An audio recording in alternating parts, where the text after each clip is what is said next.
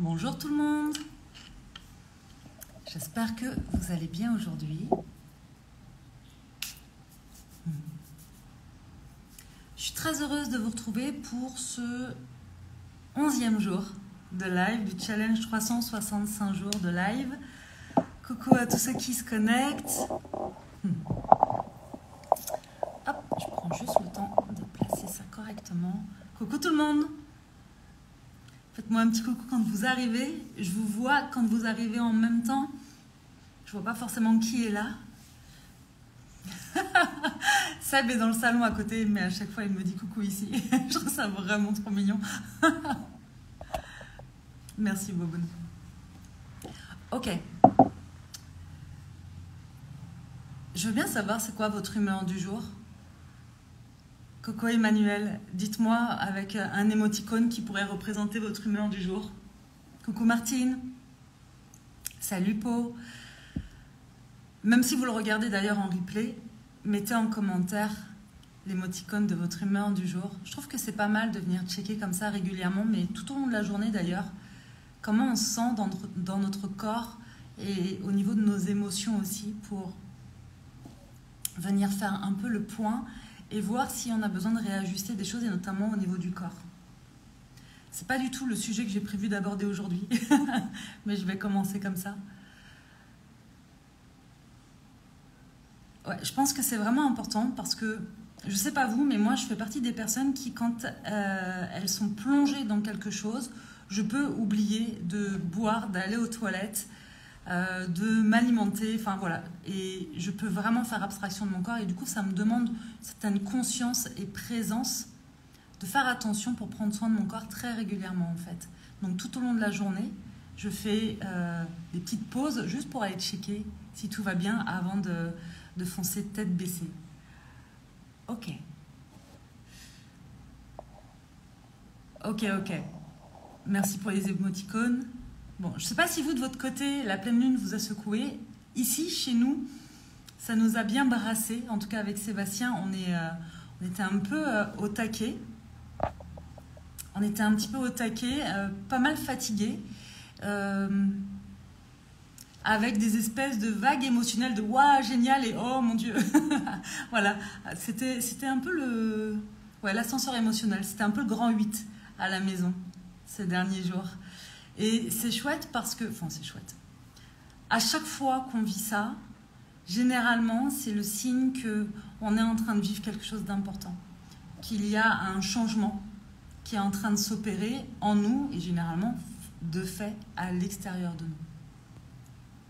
Et ça vaut aussi quand on vit des périodes inconfortables, même un peu plus longues. Vous le savez, j'en ai parlé ici à plusieurs reprises, mais quand on est rentré de Bali pour aller en France, puis ensuite au Portugal, cette année en Europe, elle n'a vraiment pas été confortable. J'étais auprès de ma famille, auprès de mon grand-père pour l'accompagner dans la fin de son chemin de vie. Et ça a été vraiment inconfortable, je dois dire. Vraiment très inconfortable cette année-là. Et je me rends compte que la plupart du temps, coucou Elodie, que la plupart du temps, quand on vit des périodes comme ça, inconfortables, qui viennent nous brasser, le plus grand inconfort vient du fait qu'on se crispe, qu'on a peur, que notre mental essaie d'analyser tout ce qui se passe. Et c'est normal et c'est complètement humain. Mais que plus on se crispe, plus c'est inconfortable. Plus on essaie d'être dans le contrôle, qui n'a rien à voir avec la maîtrise, plus c'est inconfortable et fatigant.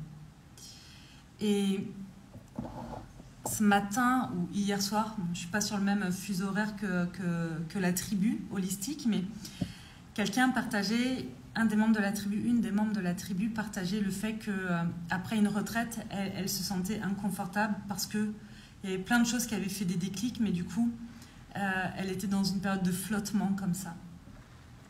Et je comprends tellement cette sensation, cette impression, parce que à plusieurs reprises, j'ai ressenti cette sensation de flottement, de « waouh, ok, sur quel pied je danse maintenant? Qu'est-ce que je fais avec tout ça? Je sens que ça brasse à l'intérieur. » Et en même temps, comme je sens que c'est nouveau, que c'est pas connu en tout cas, que c'est pas confortable, que je sais pas où je vais vraiment, bah je mets beaucoup d'énergie dans le fait de ne pas être inconfortable. Et c'est humain de mettre énormément d'énergie et tout son focus sur surtout je veux pas souffrir, surtout je veux pas être mal, surtout je veux pas être confortable, surtout je veux pas avoir peur, surtout je veux pas manquer.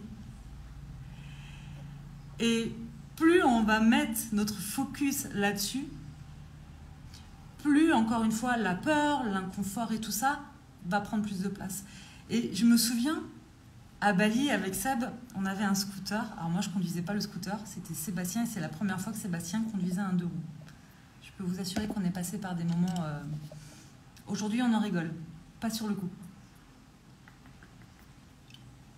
Moi, j'étais vraiment une flippée à l'arrière du scooter. Bon, après 8 mois, c'était beaucoup plus naturel, mais c'est vrai qu'au début, c'était assez compliqué.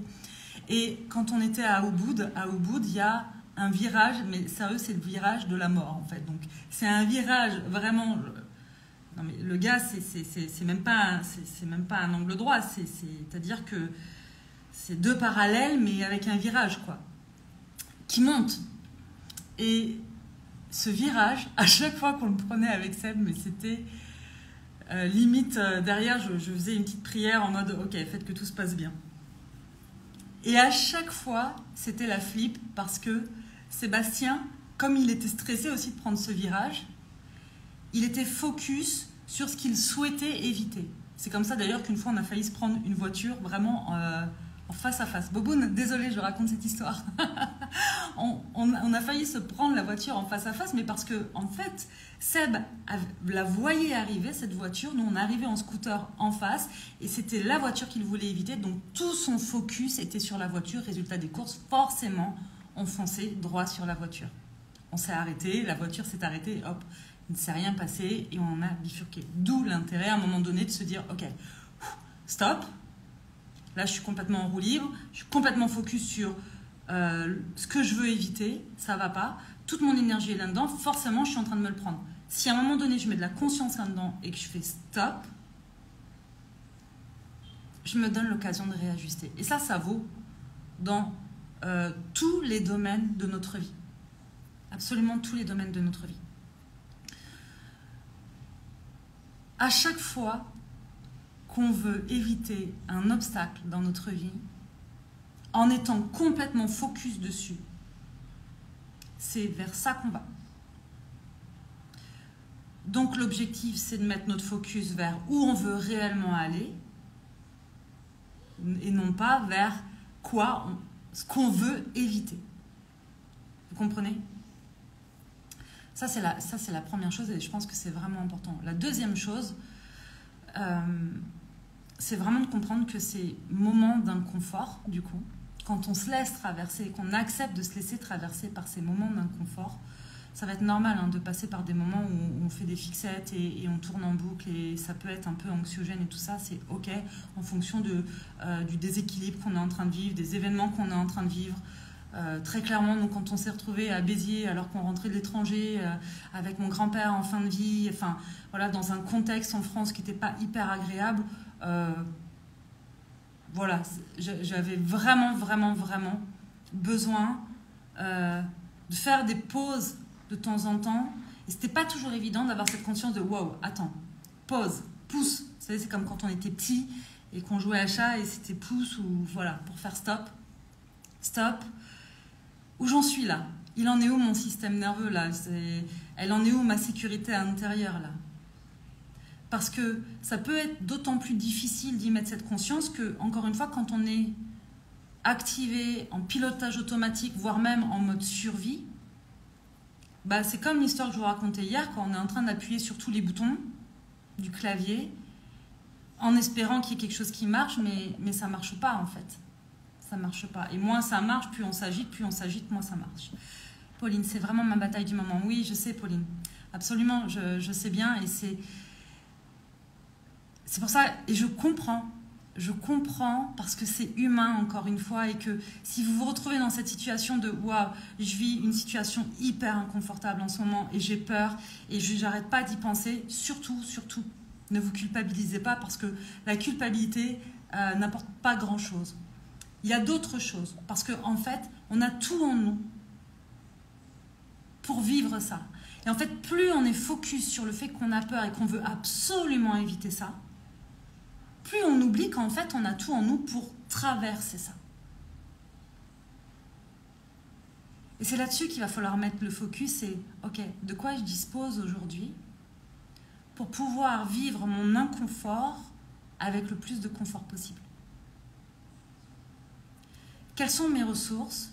Quelles sont mes connaissances par rapport à ça? De quoi je dispose? Quels sont les outils dont je dispose pour pouvoir traverser cette période-là. Parce que dans tous les cas, cette période-là, si elle est là, je vais devoir la traverser.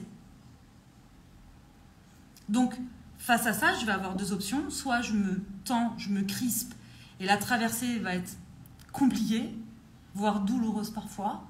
Soit j'ai foi, parce que parfois il s'agit de foi, vraiment, mais pas. Ça peut être foi en soi, en la vie, ce que vous voulez. Mais j'ai foi. J'ai foi aussi en cette part de moi qui sait, en cette sagesse intérieure et je me laisse traverser en fait. C'est plus moi qui traverse, c'est l'événement qui me traverse. Et pour moi, c'est vraiment deux choses différentes. Alors bien sûr, pour ce faire, il va falloir qu'on soit attentif à plusieurs choses.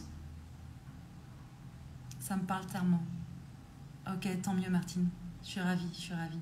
Je pense que c'est vraiment important de parler de ça et d'en prendre conscience. Parce que je sais combien parfois on peut se sentir en échec quand on tente. Je veux absolument manifester des choses chouettes, je veux absolument me développer personnellement, spirituellement, je veux absolument aller bien, je veux absolument être... Et puis en fait on n'y arrive pas parce qu'on a juste l'impression que plus on essaie de respirer, plus on étouffe, plus on essaie de nager à la surface, plus on se noie. Et plus on essaie... En fait, et c'est ça le truc, c'est plus on essaie, plus c'est compliqué.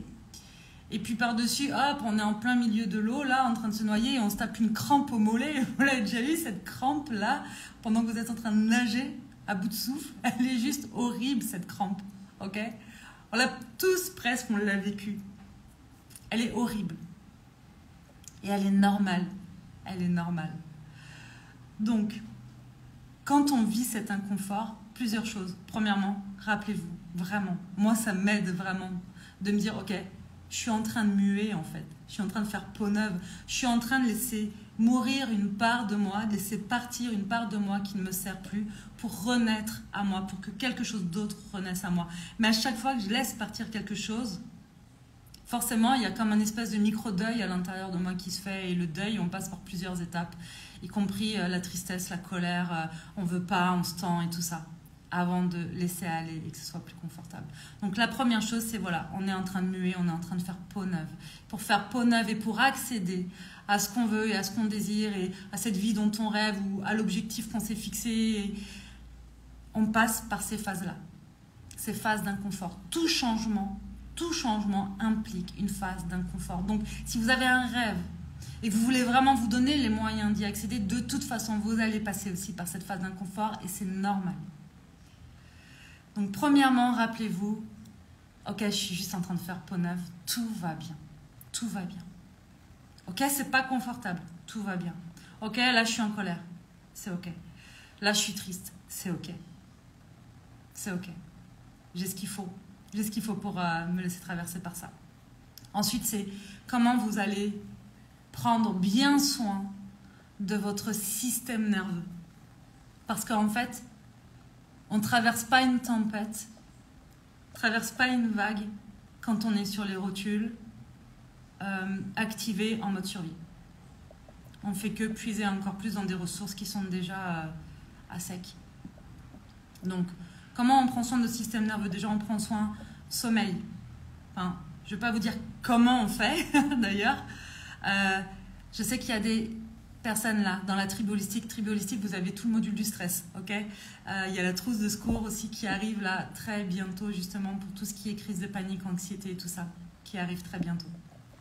Sinon, focus, plutôt que d'être focus sur j'ai peur, je veux pas aller là, je veux pas souffrir, je veux pas avoir peur, focus sur ok, mon sommeil, mon alimentation, ma respiration, le mouvement.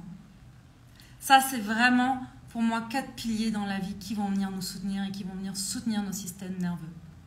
Quand on dort mal, on est encore plus anxieux. Si on s'alimente mal, le corps est dans la merde déjà. Donc on évite, on le soutient avec de l'alimentation qui est bonne pour lui, avec de l'aliment au maximum vivant, frais, qui va lui donner de l'énergie et pas l'inverse. Respiration. Mais oui les amis, parce qu'en fait quand on est hyper nerveux, quand on a peur, on respire vraiment au minimum.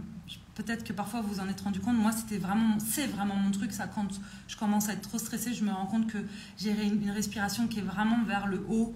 Et parfois même, j'ai l'impression d'être en apnée sans m'en rendre compte. Donc, respiration. La respiration, ça va être... Je peux faire de la respiration quelques... En fait, ça va être plus des soupirs que de la respiration. Vraiment des soupirs. J'envoie à mon système nerveux que, ok, ici et maintenant, tout va bien. En fait, je ne suis pas en danger. Qu'est-ce que je vous disais ensuite? Sommeil, alimentation, respiration, mouvement. Le mouvement, très important. Très important pour faire circuler l'énergie, que ça ne stagne pas. Vous savez, les énergies, elles viennent se loger dans notre corps, en fait. Notamment souvent au niveau des hanches. Donc, on n'a pas besoin d'aller courir un marathon, hein. On n'a pas besoin de faire de la muscu ou de faire du sport pendant 1 heure, c'est pas l'idée. C'est plutôt, et d'ailleurs, quand on a un système nerveux qui est hyper activé, on évite de le surcharger en se mettant des coups de pied au cul, hein, c'est pas l'idée. Au contraire, de la douceur, de la douceur, de la douceur. Et ça va être plutôt des choses du style des mouvements intuitifs, des mouvements au niveau de la nuque, au niveau des épaules, ouvrir, parce que souvent on est un peu comme ça quand on est très stressé, qu'on est dans des périodes inconfortables et qu'on a peur, donc on va venir rouvrir au niveau de la poitrine. On peut aussi faire des mouvements de rotation, de balancement pour déverrouiller justement au niveau du bassin, là où les émotions viennent se loger, stagner, d'accord? Donc tout ça, c'est vraiment des choses qui sont hyper accessibles, très honnêtement. Il n'y a pas besoin de se payer des formations à 10 000 pour savoir ça. Ce qui va être hyper important, coucou Maud. Heureuse de te voir aussi ici. Ce qui va vraiment être important, c'est d'être à l'écoute de soi et d'aller vers ce qui est simple et accessible. Pauline, alors, ce live tombe vraiment bien. Merci pour ces rappels. Avec plaisir, Pauline. Avec plaisir.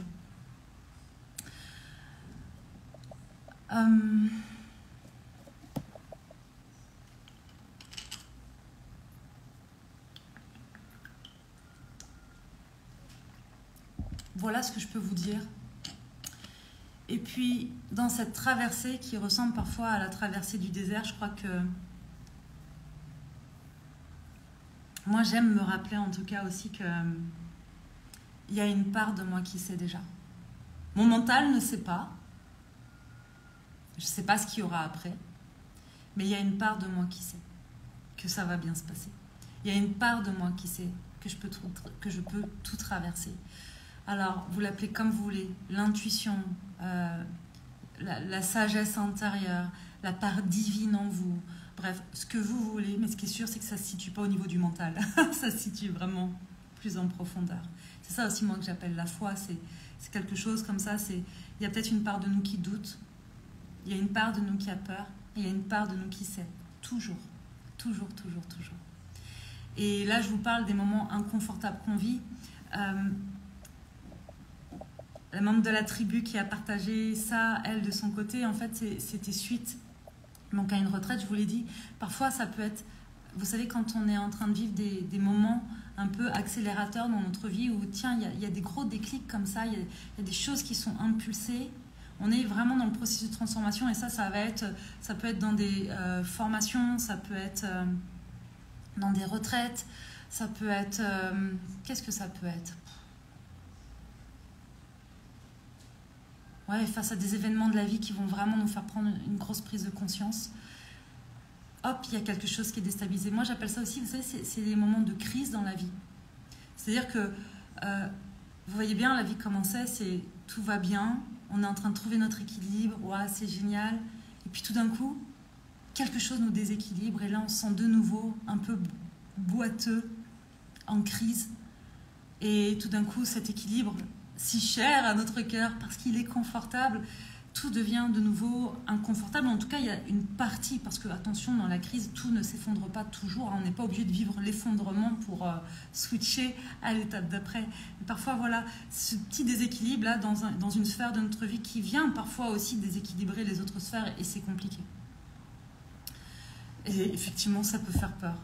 Donc, j'ai perdu mon fil de ce que je vous disais. Tous ceux qui sont en coaching avec moi savent que ça arrive souvent.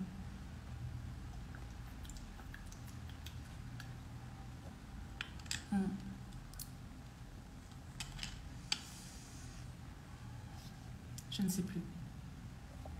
Bref, dans ces moments de déséquilibre, de toute façon, il y a une part de vous qui sait toujours retrouver son chemin.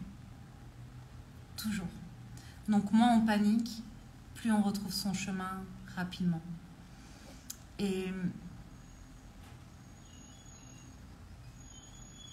parfois on se raccroche aussi au fait qu'on veut que ça redevienne comme avant. Mais c'est pas possible ça. Parce que dans la crise, on grandit. Et c'est parce qu'on vit ces moments inconfortables, parfois douloureux, ces moments de crise aussi, que derrière, on grandit, que cette nouvelle peau, là, quand je vous dis on fait peau neuve, elle est là. Elle est là, elle embellit la vie aussi. C'est souvent dans cet inconfort-là contre lequel on lutte qu'on apprend le plus de choses sur soi, qu'on change aussi un peu notre regard sur le monde qui nous entoure. Donc ces phases-là, elles sont hyper importantes et je vous le dis tout le temps et je le pense vraiment. La vie, c'est le mouvement. C'est pas... ça, là, le calme plat, c'est la mort, en fait. C'est pas la vie. Donc la vie, c'est le mouvement. Et dans le mouvement, on expérimente. Et quand on expérimente, ben, on expérimente le génial et on expérimente la merde. On expérimente la joie, mais on expérimente aussi la tristesse. Et la souffrance arrive quand on lutte. Ou en tout cas en fonction de comment on s'adapte et en fonction des événements qui viennent nous traverser et à quel point ça peut nous impacter et nous fragiliser et parfois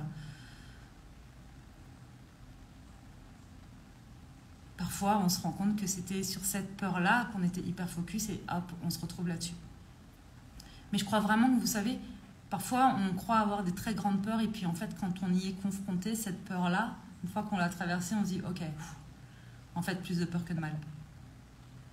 Et c'est pour ça que c'est intéressant de traverser ces moments-là dans notre vie, c'est parce que les traverser, c'est comme si, vous savez, on réactive à l'intérieur de nous ces endroits de compétences qu'on a déjà en fait. Vous savez, c'est comme par exemple quelqu'un qui n'a jamais manqué d'argent et qui pourrait avoir très très peur de manquer d'argent. Ben, généralement, il va avoir très très peur parce qu'il ne sait pas ce qu'il vaut dans cette difficulté. Mais à partir du moment où dans la vie, il y a eu cette phase-là inconfortable de « Waouh, j'ai été un peu dans la merde financièrement. » Et puis en fait, je me suis rendu compte que j'ai toutes les compétences pour rebondir, pour générer de l'argent de nouveau, pour être de nouveau dans le confort. Ah ouais, c'est cool en fait. Ok, j'ai plus peur. En fait, comme j'ai plus peur, toute mon énergie, elle peut aller ailleurs. Je suis plus obligée d'être focus sur cette peur-là. Maud, alors, dans ces moments-là, c'est dans ces moments-là que nous allons plus loin dans notre analyse, où on comprend des choses comme une révélation. Oui, absolument. Mais il y a effectivement, on va plus loin dans notre analyse, et ça c'est dans le mental, mais aussi, comme on est traversé par des émotions, comme on est traversé par des sensations, il y a une intégration qui se fait. Et ça se passe dans le corps, ça se passe pas dans le mental, ça se passe que dans le corps. D'ailleurs, on peut avoir plein de déclics, je vous le dis à chaque fois aussi, on peut avoir plein de déclics et comprendre plein de trucs et ne jamais rien en faire et refaire toujours les mêmes choses, même si on se dit merde, c'est pas possible, mais j'ai déjà fait ça, pourquoi je me retrouve encore là? Non, parce qu'en fait, c'est pas intégré dans le corps. Ce qui fait que ça va être intégré dans le corps, ça va passer dans le mouvement, ça va passer dans ces émotions, ces sensations de ok, là je viens de vivre ça, waouh, c'était chaud, mais j'ai tel outil, j'ai tel outil, j'ai tel outil, j'ai tel outil. Oh, je fais ça, et là d'un coup, même quand je traverse ça, je peux me sentir en sécurité à l'intérieur. Ok, là je fais une coche, ça c'est bon en fait. Ça c'est bon. Et en ayant ça et en étant traversée par ça, j'acquiers aussi plus de confiance en moi. Parce que c'est dans le mouvement, dans l'expérimentation, qu'on acquiert de la confiance en soi. Les gens qui osent faire des choses ne sont pas des gens qui sont nés avec une confiance en eux et qui ont toujours confiance en eux ou qui font les choses jamais sans peur en fait. D'accord ? La confiance en soi, c'est notre faculté de passer à l'action malgré les doutes et malgré la peur. Parce que oui, il y a des parts de nous qui s'activent. On a tous un inconscient, on a tous un ego, un mental qui s'active face au changement et qui nous dit non, non, pourquoi tu veux faire ça? Pourquoi tu veux changer? On est bien là, regarde. On est en sécurité. Donc ça, c'est normal pour tout le monde.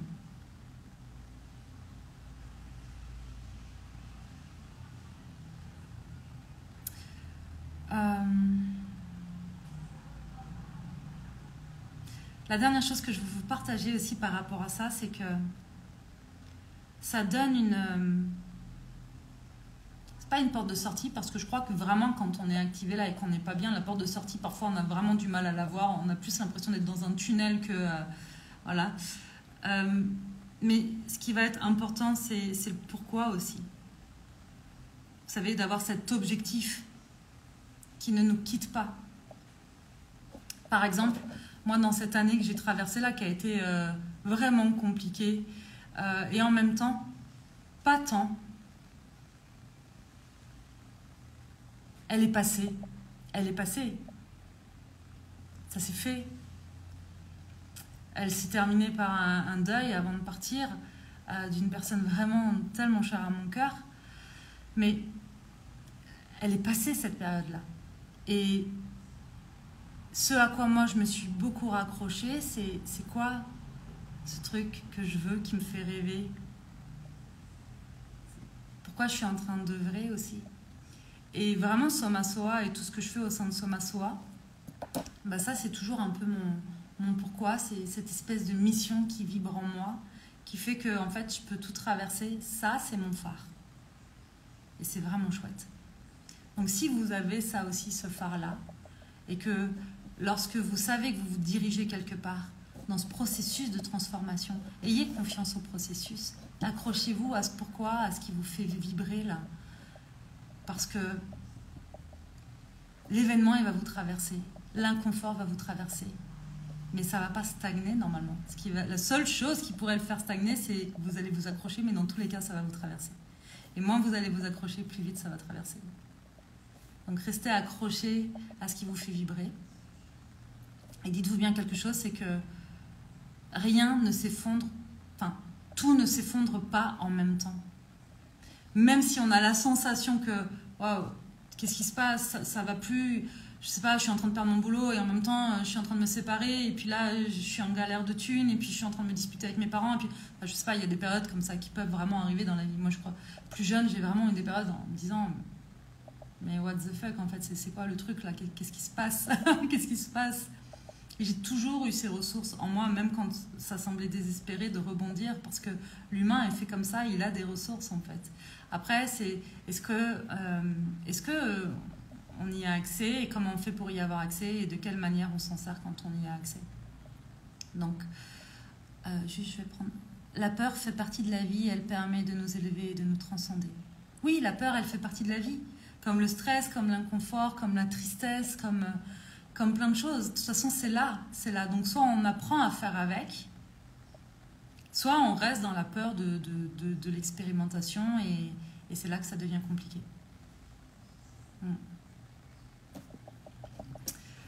Voilà les amis, je ne sais pas si vous avez des questions par rapport à tout ça.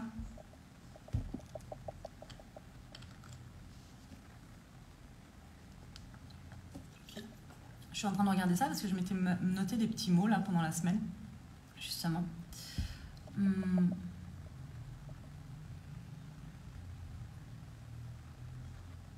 Ouais, je m'étais noté, parce que c'est des choses que je note pour moi dans mon carnet, que quand on a ce pourquoi en fait, et qu'on est fermement accroché à ça, effectivement il peut y avoir de la peur, des doutes ou des choses comme ça, mais ça devient secondaire.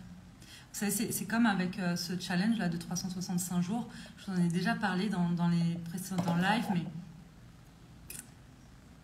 souvent on m'a demandé si ça me faisait peur, et parfois j'ai des doutes, parce que là en ce moment je suis un peu... Soma Soi est en train de bouger là, en train de se construire. On est sur un gros projet avec Sébastien qu'on a envie de mettre en place.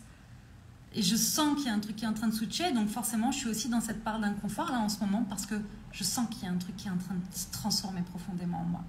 Et je ne choisis pas la facilité, je le partage avec vous. C'est-à-dire que vous me voyez dans toute cette mue là, dans toute cette transformation. Coucou Nassima. Tous les jours, pendant 365 jours. Et je suis ravie parce que je viens aujourd'hui et j'ai les yeux gonflés et c'est pas parfait, mais je sais tellement pourquoi je fais ça. J'ai tellement envie de faire ça. J'ai tellement envie de le partager avec vous. J'ai tellement aussi envie de vous montrer que, ok, ça peut être génial. Mais le génial n'enlève pas toute la part chiante parfois. Mais je suis tellement accrochée à ça, à ce qui me fait vibrer, au fait d'avoir envie de transmettre, que il y a, ouais, la peur, les doutes, tout ça, c'est juste secondaire. Voilà. Je crois que j'ai fait le tour. J'ai fait le tour. Je vais juste finir par soyons courageux, audacieux, aimez-nous, aimez-nous, aimons-nous, c'est mieux. Et n'oublions pas qu'on a tout en nous. Ça n'empêche pas d'avoir parfois besoin de soutien, besoin d'aide. L'équipe de soutien, j'en parle souvent, je ne vais pas le redire là du coup. L'équipe de soutien. Faites des choses qui vont bien. Rien ne s'écroule. Tout ne s'écroule pas en même temps. Donc reposez-vous sur des bases qui restent solides malgré l'inconfort que vous êtes en train de traverser et go with the flow. La suite va être belle. Je vous embrasse. Notez dans les commentaires ce qui vous a fait vibrer avec ce live d'aujourd'hui. Qu'est-ce qui vous a fait vibrer? Qu'est-ce que vous avez envie de retenir pour vous? Quel jour on est? Vendredi? Vendredi. Je vous rappelle que jusqu'à dimanche, Couple Alchimique est encore accessible à 222 €. Après, ce sera 333 €. Ce sera le prix définitif. On commence le 19 novembre. Voilà, vous êtes déjà nombreux à nous avoir rejoints. Je suis très très heureuse. Ça va être merveilleux. Ça va être un merveilleux programme. Et j'ai hâte aussi de vous parler de la suite. Vraiment, vraiment, vraiment. Profitez de cette belle journée puisque c'est férié. Je ne sais pas si vous travaillez ou pas, mais profitez de cette belle journée. Je vous dis à très, très vite. Tout ne s'écroule pas en même temps. Absolument, absolument. Plein d'amour et plein de douceur. À demain.